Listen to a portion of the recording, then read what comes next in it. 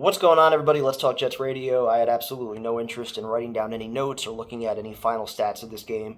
Things are absolutely hopeless if you're a New York Jets fan right now. I'm tired of doing streams like this. I'm tired of talking about this team seemingly in a never-ending state of dysfunction. Can't get out of their own way. And I said it during the stream. If the Jets were to blow that game, once it was about 24-16, once they had the 8-point lead, if the Jets defense were to blow that, I would clean house tomorrow, starting with Ulbrich. You fire him. You fire Joe Douglas because he's not even your real GM anyway. You have Woody Johnson that's making all the big-time decisions anyway. So you start now. You clean house. You get rid of Douglas. You get rid of Ulbrich. You let somebody come in and start to evaluate this roster for next year, whether it's Rex, whether it's Gruden, whoever it is. You take the bye week, you give yourself 6 weeks to close out the year, and let somebody else take a look at this roster and evaluate what these problems are, including whatever they're doing in practice with these fucking stupid tackling presentations and everything else, which clearly isn't getting through to the players. This defense is soft every single time that you need this defense to get a big stop, game on the line, big moment. They fail, they fold, they give up big plays, they have busting coverage, they don't get any pressure. Every single time you need a big stop from this defense. And it transcends coaches. It transcends coaching staffs. You're not just talking about this being an Ulbrich issue or a Saleh issue. This goes even back to some of the Rex Ryan days, where in a big moment, when your team takes the lead, fourth quarter, when the crowd should be getting up, when you should actually have a home field advantage, which we don't. Half that building was empty today. You had Colt fans in there. When you really think about it, for any team, any prominent team, if you get an 8-point lead in the fourth quarter and you actually have a home field advantage, that crowd is taking over the game, and especially with a young quarterback like Richardson, he would have no chance out there. The fact that they were able to put together back-to-back scoring drives the way they did, I think they had 3 scoring drives in the second half, all with the Jets having the lead. The fact that this defense can't close out games, especially at home, is a major problem. And the Jets do it to themselves. It has started since they've been in that building with the PSLs, pushing all the diehard fans away. They have no home field advantage, and it's games like today that remind you of that. Because if you had a home field advantage, the Jets are closing the door, but they don't.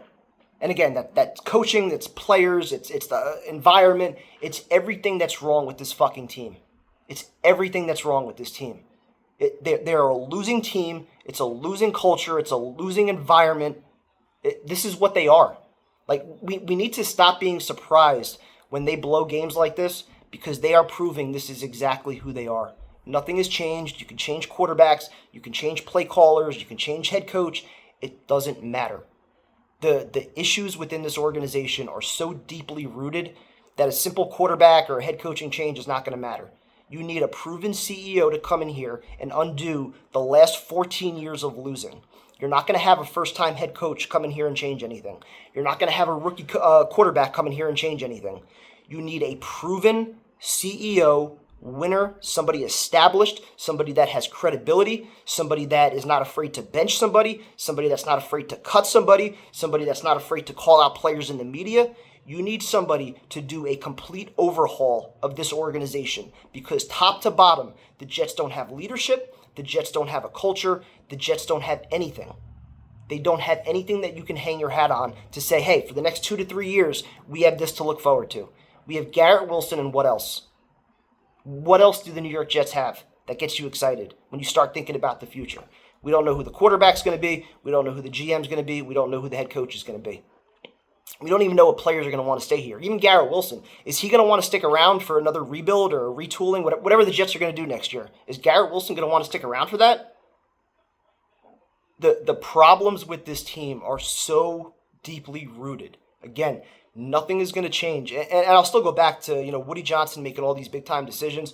Right or wrong, I'll continue to say it as it relates to Joe Douglas, as it relates to Saleh. They had plenty of failures throughout their tenure with the Jets. Plenty of them. You could say in many different ways that they probably deserve to be fired. Saleh probably should have been fired last year.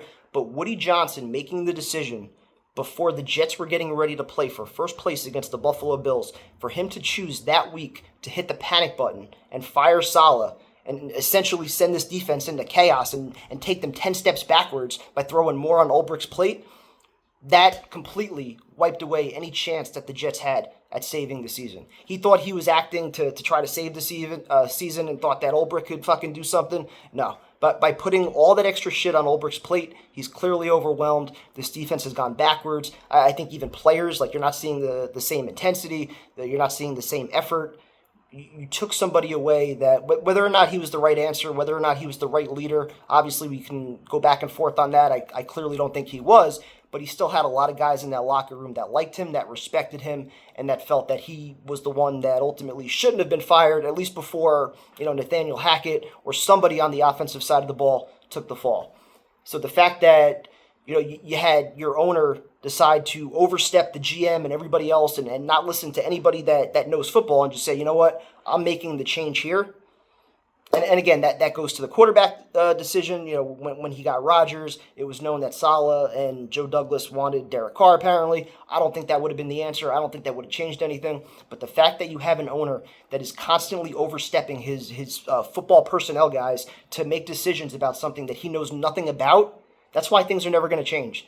So the one glimmer of hope that maybe we have is Woody Johnson goes to the UK and maybe invest some money into John Gruden or somebody established to run the team for the next 4 years. Maybe you can convince somebody to come here because you're going overseas and you're not going to deal with it. Otherwise, the likelihood, and I keep breaking this down step by step, the likelihood of the Jets first hiring the right GM or identifying the right firm that's going to pick out the right GM and then actually hiring them, very unlikely.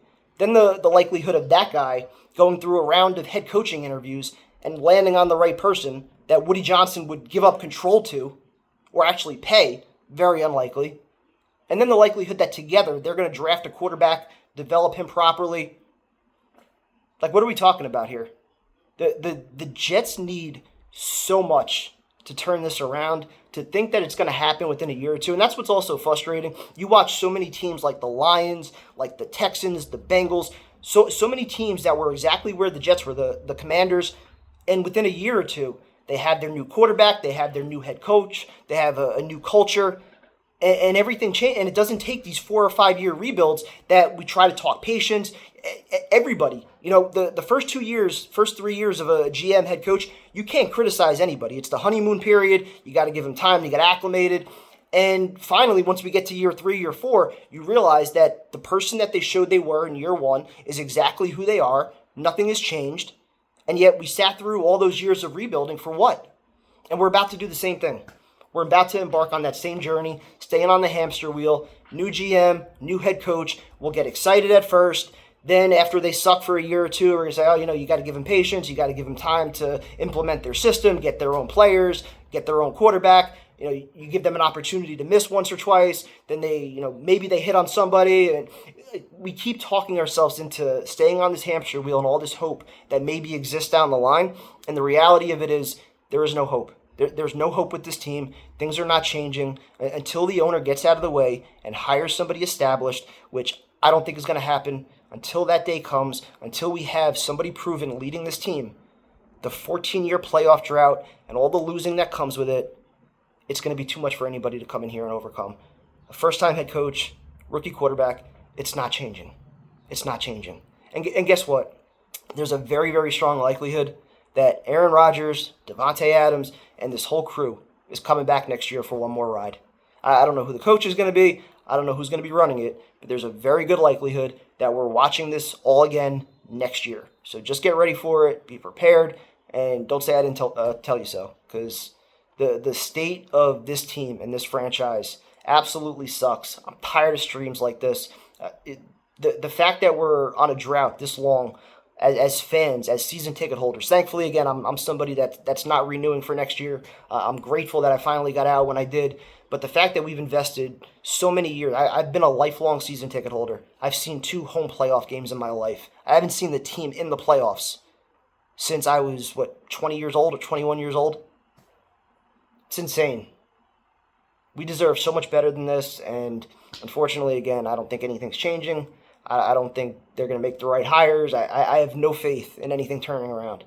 Today absolutely broke me. I tried to hold on for one more week. Like, all right, you get this win today, you get to 4-7. Weak bottom part of the AFC. Maybe you sneak into the playoffs with 9-10 wins. And once again, we're in the middle of November talking about a 3-8 Jets team. That season is completely tanked. Season's completely over. We're looking at the tankathon. We're looking at draft picks for next year. I got tickets that I'm listing for $30 that I can't sell, that I paid $100 for. Absolute joke. Talk to you guys later. This team's ridiculous.